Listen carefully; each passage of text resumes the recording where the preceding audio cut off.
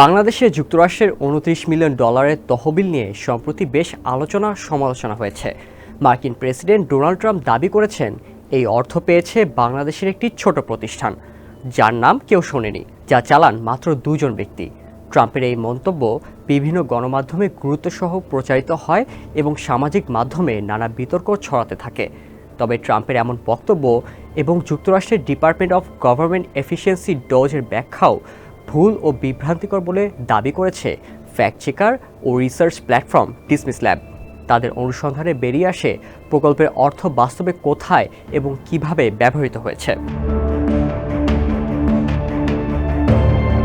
এই প্রকল্পের নাম স্ট্রেনথেনিং পলিটিক্যাল ল্যান্ডস্কেপ, যার যাত্রা শুরু 2017 সালে। বাস্তবায়ন করেছিল ডেমোক্রেসি ইন্টারন্যাশনাল নামের একটি সংস্থা, যাদের বিশ্বে বিভিন্ন দেশে প্রকল্প রয়েছে। প্রতিষ্ঠানটি রাজনৈতিক দলগুলোর দক্ষতা বাড়ানো, জনগণের সাথে দলগুলোর সম্পর্ক উন্নয়ন এবং রাজনৈতিক সহিংসতা কমানোর লক্ষ্যে কাজ করছিল। প্রকল্পের আওতায় রাজনৈতিক কর্মী ও সক্রিয় নাগরিকদের প্রশিক্ষণ দেওয়া হয়েছে, যাতে তারা দক্ষ নেতা হতে পারে এবং সংঘাত কমানোর জন্য একে অপরের সঙ্গে যোগাযোগ করতে পারে।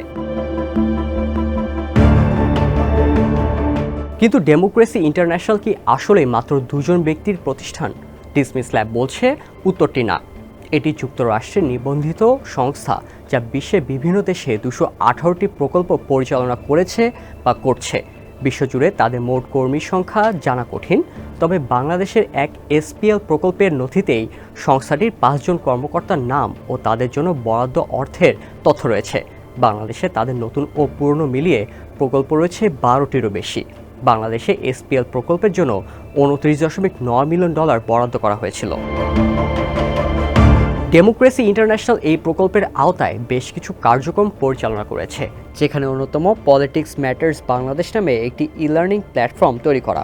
উপজেলা পর্যায়ে স্থানীয় নেতা, নাগরিক সমাজের সদস্য ও পেশাজীবীদের নিয়ে একটি নির্বাচনী সহিংসতা রোধ এবং রাজনৈতিক সংলাপ প্রচারে দ্য হাঙ্গার প্রজেক্টের সঙ্গে যৌথভাবে 10টি পিস প্রেশার গ্রুপস পিপিজি গঠন এবং ইয়ং লিডার্স ফেলোশিপ প্রোগ্রামের অধীনে আওয়ামী লীগ, বিএনপি ও জাতীয় পার্টির 536 জন তরুণ নেতাকে প্রশিক্ষণ প্রদান।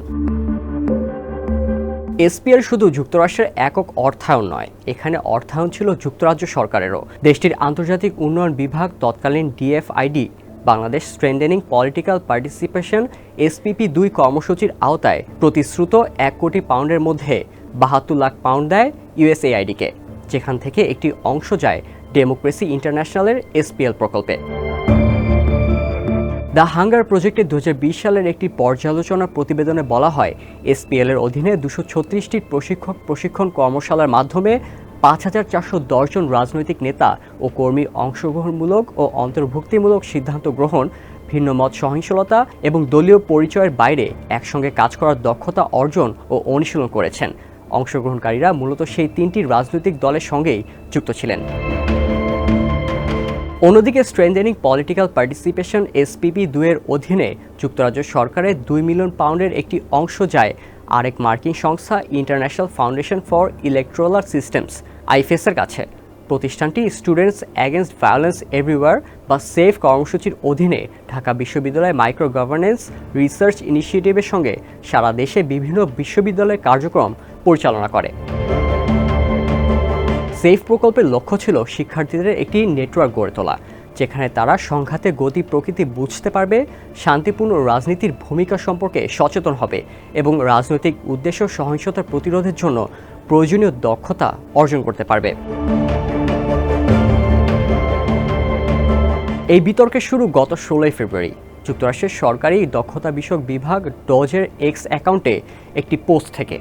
সেখানে যুক্তরাষ্ট্র সরকারের সহায়তায় পরিচালিত 15টি প্রকল্পে অর্থায়নের বাতিলের খবর জানায় ডজ, যেখানে বলা হয় মার্কিনীদের করের টাকার প্রকল্পগুলোতে খরচ হওয়ার আগেই সেগুলো বাতিল করা হলো। এর মধ্যে বাংলাদেশের $29 মিলিয়ন স্ট্রেনথেনিং পলিটিক্যাল ল্যান্ডস্কেপ প্রকল্পও ছিল। ডজ দাবি করে এটি বাতিল করায় $29 মিলিয়ন সাশ্রয় হয়েছে। তবে ডিসমিস ল্যাবের অনুসন্ধানে বেরিয়ে এসেছে অন্য তথ্য। প্রকল্পটি চলেছে 8 বছর ধরে আর শেষ হওয়ার কথা ছিল 2025 সালের অক্টোবরে। প্রকল্প শেষ হওয়ার মাত্র 8 মাস আগেই এটি বাতিল করা হয়। যুক্তরাষ্ট্রের সরকারি ব্যয়ের তথ্য সংরক্ষণকারী ওয়েবসাইট uspending.government এর উপাত্ত অনুসারে এসপিএল প্রকল্পটির জন্য $29.9 মিলিয়ন অনুমোদন করা হলেও 2025 সাল পর্যন্ত $16.9 মিলিয়ন বিতরণ করা হয়েছে। অর্থাৎ প্রকল্পটি পুরো বরাদ্দের অর্ধেকেরও কম অর্থ ব্যবহার করেছে। তাই ডজের দাবি যে $29 মিলিয়ন সাশ্রয় হয়েছে সেটি বিভ্রান্তিকর। ডোজের তথ্য ভুলভ্রান্তি নিয়ে ইতোমধ্যে বিতর্ক উঠেছে। নিউ ইয়র্ক টাইমসের এক প্রতিবেদনে বলা হয়েছে ডোজের হিসাবের মধ্যে কিছু ভুল রয়েছে, যেমন একই চুক্তি একাধিকবার গণনা করা হয়েছে, আংশিক বাতিল হওয়া প্রকল্পগুলোকে পুরো বাতিল হিসেবে দেখানো হয়েছে, এমনকি কিছু প্রকল্প বাইডেন প্রশাসনের অধীনে শেষ হওয়ার পরও সেগুলো অর্থ সাশ্রয়ের হিসেবে দেখানো হয়েছে। যুক্তরাষ্ট্রের এই $29 মিলিয়ন প্রকল্প বাস্তবায়নে যেসব তথ্য প্রকাশিত হয়েছে তার মধ্যে প্রচুর ভুল এবং বিভ্রান্তিমূলক উপস্থাপনা রয়েছে বলে ডিসমিস ল্যাব দাবি করেছে। প্রকল্পটি একটি বৈধ সংস্থা বাস্তবায়ন করেছে, এটি রাজনৈতিক দলগুলোর সক্ষমতা বাড়াতে কাজ করেছে এবং বরাদ্দকৃত অর্থের পুরো অংশ এখনও ব্যবহার করা হয়নি।